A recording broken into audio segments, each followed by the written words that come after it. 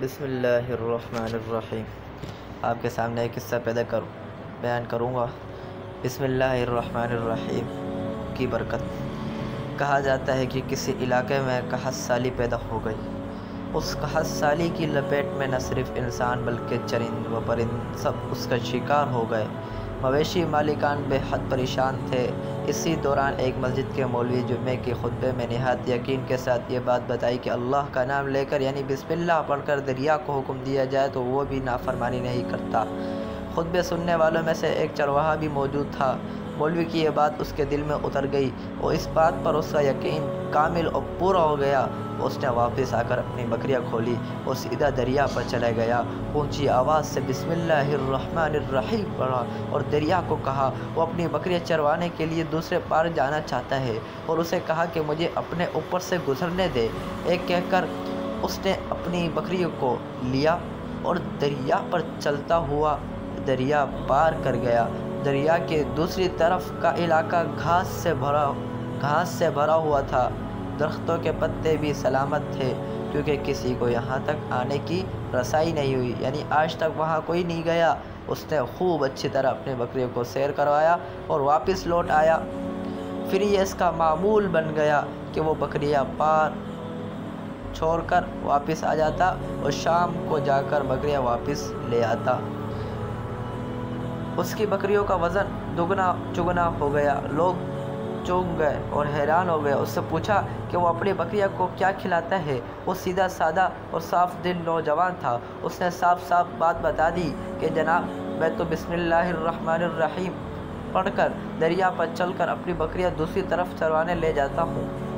یہ بات سب نے سنی مگر کسی نے اس چرواہے کی بات پر یقین نہیں کیا کیونکہ یہ ناقابل یقین بات تھی۔ مگر بات ہوتے ہوتے مولوی صاحب کے پاس پہنچ گئی۔ مولوی صاحب نے اس چرواہے کو بلایا اور سارا ماجرا پوچھا، سارا واقعہ پوچھا۔ اس چرواہے نے مولوی صاحب کو یہی حوالہ بنا لیا۔ مولوی صاحب ہی کو حوالہ بنایا کہ مولوی صاحب میں تو آپ کا شکریہ ادا کرنے والا تھا۔ آپ نے جمعے کے خطبے میں جو نسخہ بتایا تھا کہ بسم اللہ الرحمن الرحیم کہہ کر دریا کو بھی حکم دو تو وہ بھی انکار نہیں کرتا، تو میں تو بس آپ کے نسخے پر ہی عمل کر رہا ہوں۔ مولوی صاحب نے حیرت سے اس کے چہرے کو دیکھتے رہ گئے۔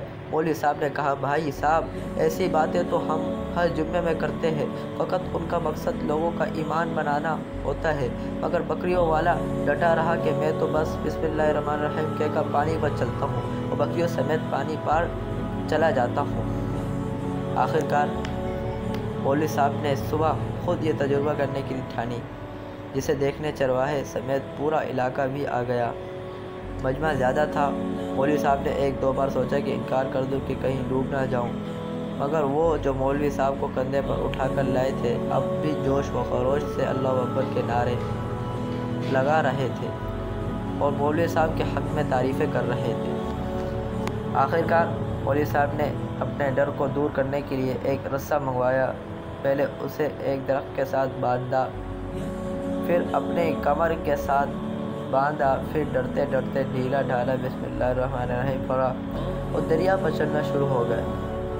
مگر یقین نہیں تھا، مگر پہلا پاؤں ہی رکھا تھا کہ پانی میں گر گئے۔